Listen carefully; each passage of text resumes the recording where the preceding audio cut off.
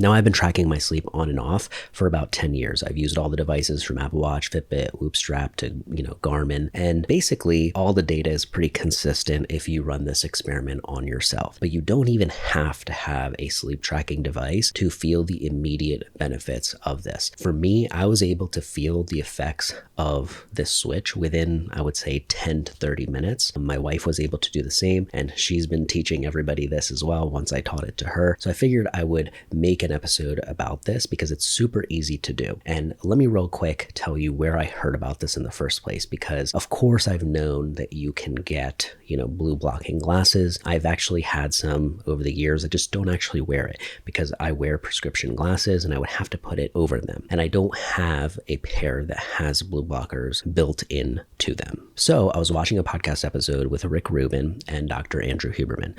And if you've seen Rick Rubin around, he wears those red glasses, and it makes people go, why are you wearing those red glasses? And so they discuss that in that clip where, it basically allows you to experience life with, natural light versus all the artificial light that we are exposed to and stimulated by all day long. The screen time that we're exposed to is pretty wild for even people who don't have a lot of screen time, right? If you don't work on the computer, you're still probably scrolling or watching TV. So in some way, that blue light is making its way in. And so, of course, I think the red glasses are cool too, but I don't feel right now like buying a whole new pair. I would have to get prescription in them because I can't see without it. So it's the kind of thing where I would love to see everything in red. It feels more calm. I actually, one of my coaches and coworkers years ago, she took this very seriously. She was a competitor. She had red light bulbs everywhere in her house, and after 6 p.m. everything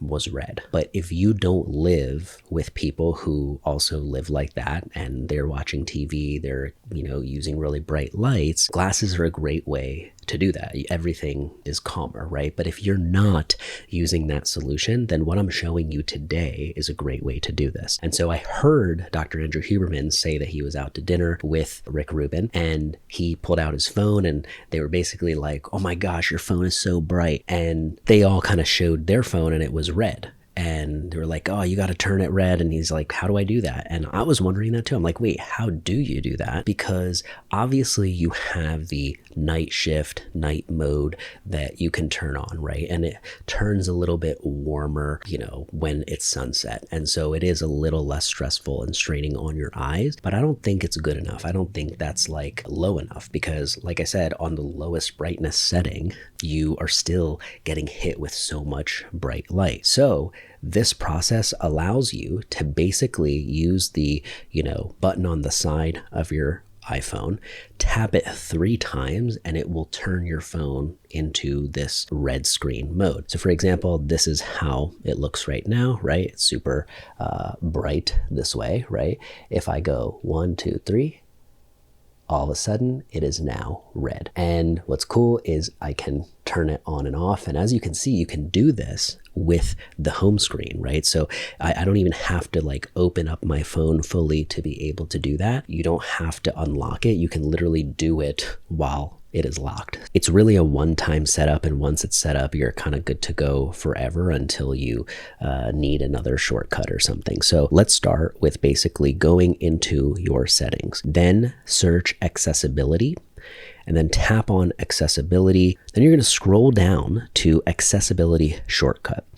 Once you tap that, you want to make sure that the check mark is only next to color filters. Everything else should be unchecked. And so once you make sure that there's a check mark there, hit back, and then you're going to scroll up and hit display and text size. And then you're going to scroll down and hit color filters. Now, when you hit color filters, it is off right now. What you're going to do is toggle it on. And then what you want to do is make sure out of all those options, color tint is the one that's selected and has a check mark next to it. And once you have color tint selected, then you'll see these 2 dials, right? Intensity and hue. And what you want to do is jack up all the way to the max intensity and then turn up the hue all the way up to the max as well. And when you do that, you should see this red screen. And what's really cool now is once you have this, you can turn down the brightness completely. And on the lowest brightness, look how calm it is, right? It's like a couple notches even lower than, when you typically have the lowest brightness. And so I found this just so easy on my eyes. If I'm reading on Kindle, like the Kindle app, that used to be something that was too much for me, but it actually hasn't been giving me a headache when I've been using this mode. The only thing you got to watch out for, of course, is going to be some things are like, for example, the YouTube app, right? Because the YouTube has a red in the icon in it, that's all white. So there are certain things that are a little bit harder to see, but it only takes 3 taps if you need to turn it back on, you tap it 3 times, see whatever, you were missing or you having trouble seeing, and then you can turn it back into that mode. I have literally found that I noticed this calming effect within 10 minutes. It is not uncommon for people to get headaches and migraines and things like that triggered by tons and tons of screen time. If I am using my laptop at night, right, and I'm not doing something that involves color, where I'm like designing a graphic or I'm color grading a video or something like that, then you can basically turn this feature on your laptop as well, using pretty much the same steps that I described for your phone. And on the MacBook, it's basically the Touch ID button that opens up your laptop. So if you tap that 3 times, the whole screen turns red, and it is so calm on the eyes. So if you notice certain applications you're using don't have a dark mode, then it is something that immediately turns it into dark mode, right? Because all the blue light is gone.